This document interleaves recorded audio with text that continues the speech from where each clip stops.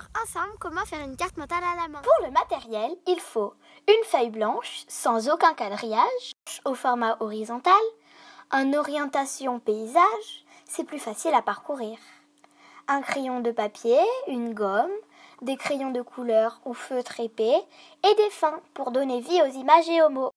Il faut ensuite un sujet qui sera le cœur de la carte. Le sujet doit être placé au milieu de la feuille, écrit ou dessiné, ou les deux. Utilise au moins 3 couleurs. Essayez de l'écrire en relief pour lui donner vie. Vous pouvez aussi utiliser des images, des symboles, des pictogrammes et des mots-clés. Une fois que vous avez votre sujet au milieu, il faut dessiner les différentes branches principales. Au maximum 7 branches, pas plus. En faisant les différentes branches principales, il faut se poser la question suivante. Mais qu'est-ce que je veux que ma carte me révèle? Oui, oh yeah! Qu'est-ce que je veux que ma carte me révèle? Qu'est-ce que je veux que ma carte me révèle? Qu'est-ce que? Je me disais, oui, j'ai réussi! Bah non. Les branches principales doivent être épaisses, fluides et arrondies, en partant de l'image centrale, du cœur de la carte, puis se rétrécir. Écrire sur chacune des branches principales un mot-clé, pas plus, en majuscule et horizontale de la même longueur que la branche, en utilisant de la couleur, une couleur par branche. On va tourner dans le sens des aiguilles d'une montre. Puis, à partir de chaque extrémité de branche principale, on va faire différentes branches secondaires qui seront plus fines. Gardez de la rondeur pour chacune des branches en évitant les angles droits. Le cerveau préfère. Dans un texte écrit, il y a seulement 10% des mots utiles. Donc, pour illustrer ces cartes, il faut utiliser des mots-clés, un seul par branche, avec des effets visuels pour se focaliser que sur l'essentiel. On peut utiliser des images, des photos, des dessins, des symboles, des pictogrammes qui seront posés sur la branche et bien sûr de la couleur.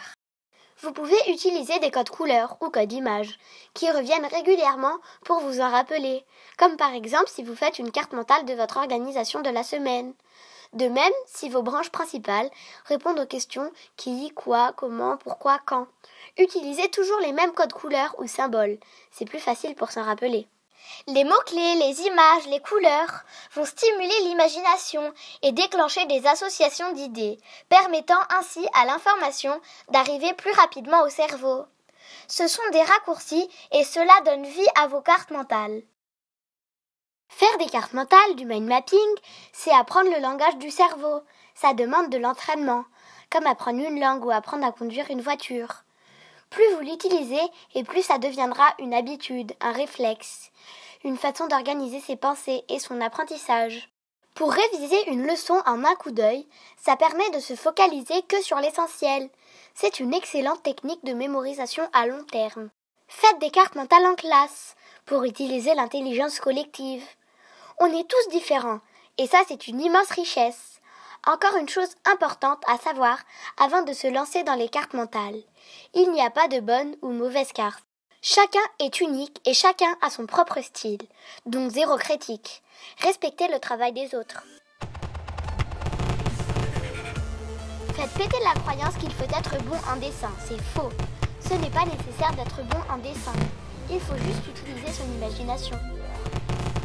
Comme tout apprentissage, plus on pratique, plus on s'améliore, plus on s'amuse, plus on prend du plaisir à apprendre. Je voulais pas terminer cette vidéo sans remercier Michel Wozniak et toute l'équipe de l'IFAC pour cette super formation sur le mind mapping. Dans une prochaine vidéo, vous découvrirez les secrets des champions du monde de mind mapping.